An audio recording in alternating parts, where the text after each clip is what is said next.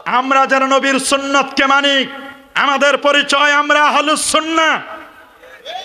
এই নবীর সুন্নতকে যারা মানে তারা কি? যারা নবীর হাদিসকে মানে তারা আহলুল হাদিস। যারা কোরআন মানে তারা আহলে কোরআন। আমরা কি আহলে কোরআন, আহলে হাদিস?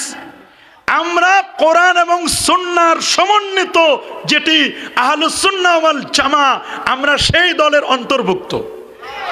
কথা বলেন, জোরে বলেন। এই জন্য আজকে যেহেতু আমাদের সাবজেক্ট ম্যাটার, আলোচ্য বিষয় হচ্ছে সুন্নাতে রাসূল সাল্লাল্লাহু আলাইহি ওয়াসাল্লাম ও আধুনিক বিজ্ঞান।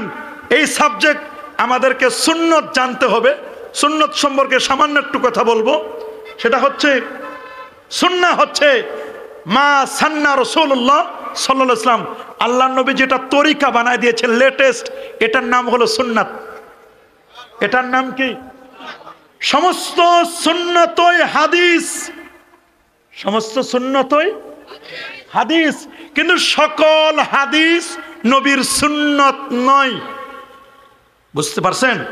সমস্ত সুন্নতই হাদিস, হাদিসের মধ্যে ইনক্লুড, কিন্তু সমস্ত হাদিস সুন্নত নয়। যেমন নবীজি সোমবার জন্মগ্রহণ করেছেন, এটা হাদিস।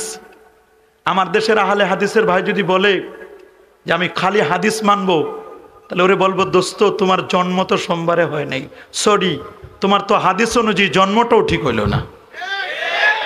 কথা বলে, রাসূলুল্লাহর জন্ম কি বার, কখন?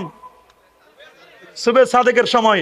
আমরা এখানে অনেকেই আছি সুবে সাদেকের সময় জন্মও নিতে পারি নাই, আবার সোমবারেও জন্ম নিতে পারি নাই, কেউ বা হয়েছেন মেডিকেলে। কথা বলেন, জোরে বলেন। তাহলে যদি সব হাদিস মানা যায়, তাহলে তো জন্মের সময়, জন্মটাই তো আমাদের, নবী যেদিন জন্ম নিল আমি তো সেদিন জন্ম নিতে পারি নাই, ওই ডেটে আমার জন্ম হয় নাই। এই হাদিস মানা নয়, এটা হাদিস শুধু আমরা পড়ব। কথা বলেন, ঠিক কিনা? হাদিসের বারাকাত লাভ করব। কথা বলেন। এখন যদি আপনি বলেন যে না, নবী জন্ম নিয়েছে সোমবার, আমিও জন্ম নিব, তাহলে মাকে বলতে হবে, মা সরি, আমাকে আরেকবার পেটে নাও, সোমবার সুবে সাদেকের সময় জন্ম দিও। কথা বলে না কেন?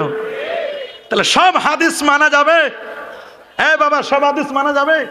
সহিহ বুখারী কিতাবুস সালাত, নবীজি 16 কিংবা 17 মাস বাইতুল মুকাদ্দাসের দিকে ফিরে নামাজ পড়েছিলেন। কয় মাস? কথা বলেন।